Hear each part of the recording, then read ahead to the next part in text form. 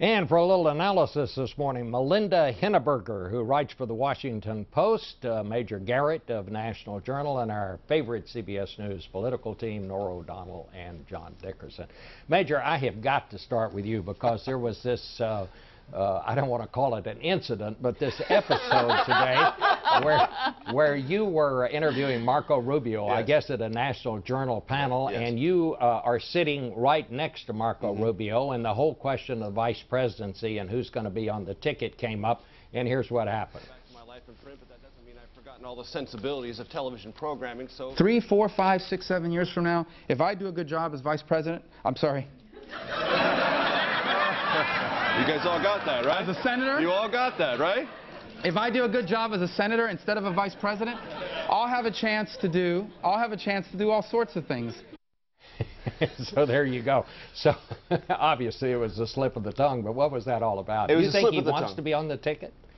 He says he doesn't, and I had an interview with Senator Rubio about 3 months ago, and I said, look, let's understand as a predicate for this kind of question, the answer from a person like you is always no until it's yes, right?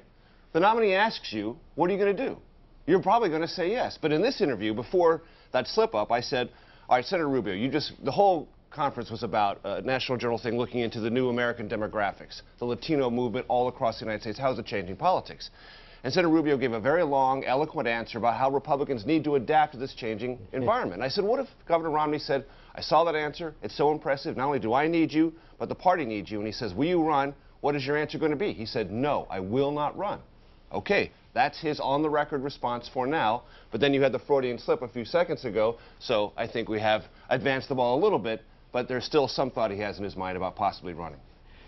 Norah, if I heard right, I think Jeb Bush said today that if Romney asked him, he probably would, but he said he didn't think he would ask him, and he thought Marco Rubio would be a better running mate.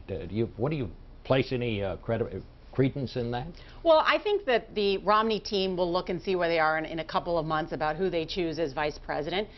Romney, no doubt, has a huge problem among Hispanic voters. I was just looking at the numbers in the Wall Street Journal poll that I think had Obama up 47 points among Hispanics, and Hispanics are the fastest and largest minority group in this country. They make up, I think, 13% of the population.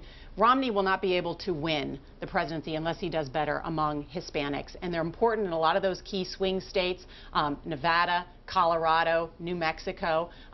President Obama this week began running Spanish-language TV and radio ads in Colorado and Nevada. Those are states that are going to be extremely important in the Hispanic vote. So he may have to choose someone like Rubio if he doesn't improve in terms of his standing amongst Hispanics. Or Jeb Bush, who is married to a Hispanic and who also was the governor of Florida. This thing is getting so close. It may well be who he picks as vice president could make a difference. What do you make of these polls showing this race closing? John? Well, yeah, that's right. There's so many this week. Basically, at the top, it's tied. Basically, President Obama has a little advantage over Romney in these head-to-head polls. But this is not a titanic struggle of titanic candidates. This is a struggle of two weak candidates. The president's numbers, his approval rating under 50%, that's bad.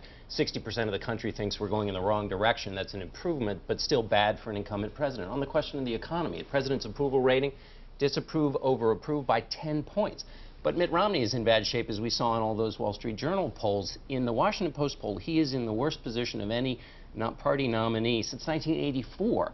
But if people don't want to go on a picnic with him, they do think he's competent, and that's the good thing for him. But you see in these two weaknesses why the president wants it to be a race about Mitt Romney and why Mitt Romney wants it to be a thumbs up or a thumbs down on the president.